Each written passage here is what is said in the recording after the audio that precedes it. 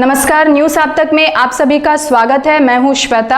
आगे बढ़ते हैं खबरों की तरफ। आज हमने राशन रशीद फाउंडेशन के मुखिया अब्दुल रशीद, जिन्होंने इंटर आइलैंड के बच्चे जो रात्रि निवास में ठहरे हुए थे, उन्हें मदद पहुंचाई। सारे बच्चे इंटर आइलैंड के कॉलेज स्टूडेंट हैं, जिन्हें प्रशासन द्वारा कोविड पॉजिटिव कहकर क्वारंटाइन किया गया था। वैसे में हमने कुछ एनजीओ से मदद मांगी थी, क्योंकि इन्हें आप जैसे लोगों की जरूरत है।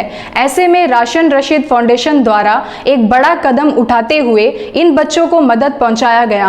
हमने देखा कि इस कोरोना काल में राशन रशीद फाउंडेशन ने जरूरतमंद लोगों को कई मदद पहुंचाई है। न्यूज आप तक की ओर से राशन रशीद फाउंडेशन को बहुत बहुत धन्यवाद। नमस्कार, न्यूज आप तक में आप सभी का स्वागत है। मैं हूँ रोहित। अब हम आए रात्रि निवास के यहाँ पर, और मेरे साथ यहाँ पर जो लड़की जो घर थी इन्हें क्वारंटाइन कर दिया गया था, और इसी के चलते इन्हें बहुत परेशानियाँ हुई, क्योंकि ये इंटर आइलैंड से बिलोंग करती है और इसे यहाँ पर क्वारंटाइन कर दिया गया था, जिसके कारण इन्हें खाने में रहने में बहुत ही ज़्यादा तकलीफ़ होती थी। आइए हम इन्हीं के जुबानी हम जानेंगे कि आखिर इसके साथ हुआ क्या था और कब ये क्वारंटाइन हुई थी, और ये हम जानते हैं। आपका नाम?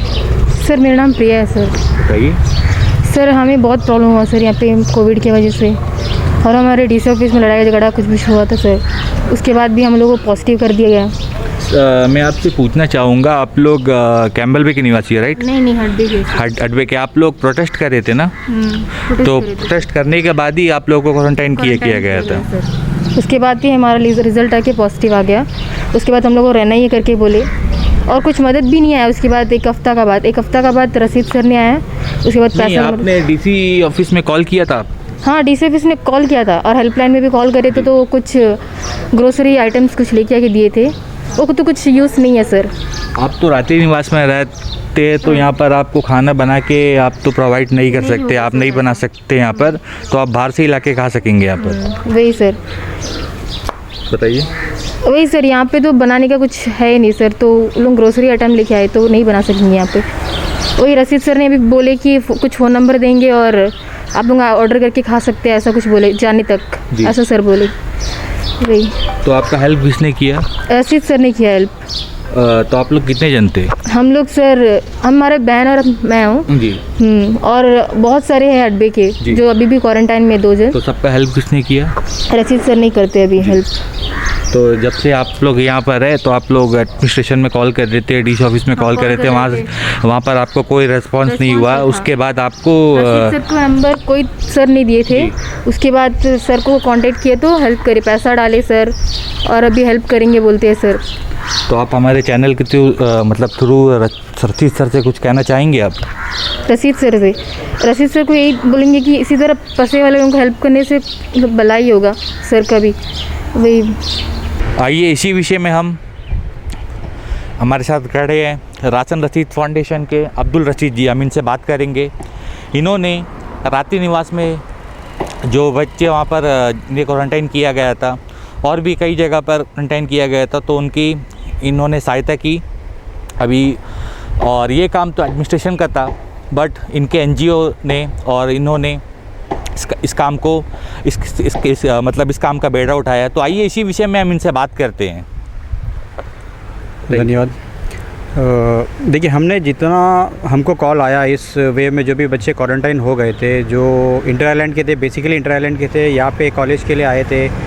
कोई मायाबंदर कॉलेज का था, कोई जेएनआरएम का था।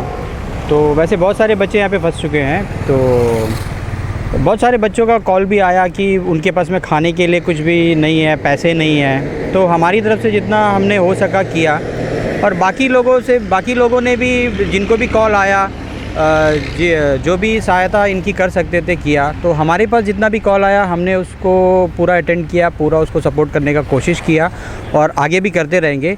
आगे भी अगर कोई भी बच्चे या फिर किसी भी तरह के लोग जो यहाँ पे फंसे हुए हैं, जिनको खाने पीने में परेशानी है, जो परेशान हैं, जो वाकई में जिनके पास पैसे नहीं हैं, जो खा नहीं सकते हैं, वो कृपया हमें कांटेक्ट कीजिए।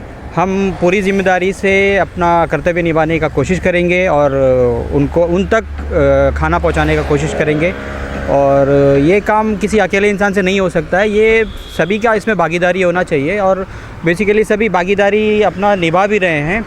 और हमारा कोशिश यही होना चाहिए कि कोई भी पोर्ट ब्लेयर में या फिर कहीं भी को जो क्वारंटाइन है वो भूखा ना रहे, क्योंकि अगर मान लीजिए, मैं अपना एक पर्सनल बात बोलता हूँ कि अगर मान लीजिए कि आपका कोई पड़ोसी अगर भूखा सो रहा है और आप पेट भर कर खाना खा रहे हो, तो वो खाना आपके लिए हराम है। तो आपके जानते हुए, आपको अगर पता है कि आपका पड़ोसी भूखा है और आप खाना खा रहे हो, तो this is not justified. Sir आप भी बताइए सर कि ये काम तो सर एडमिनिस्ट्रेशन का है, बट कुछ अभी एनजीओ काम कर रहे हैं, आप ये काम कर रहे हैं, तो हमारे आइलैंडर्स जो आपको देख रहे हैं, आप उनके लिए कुछ बताइए सर।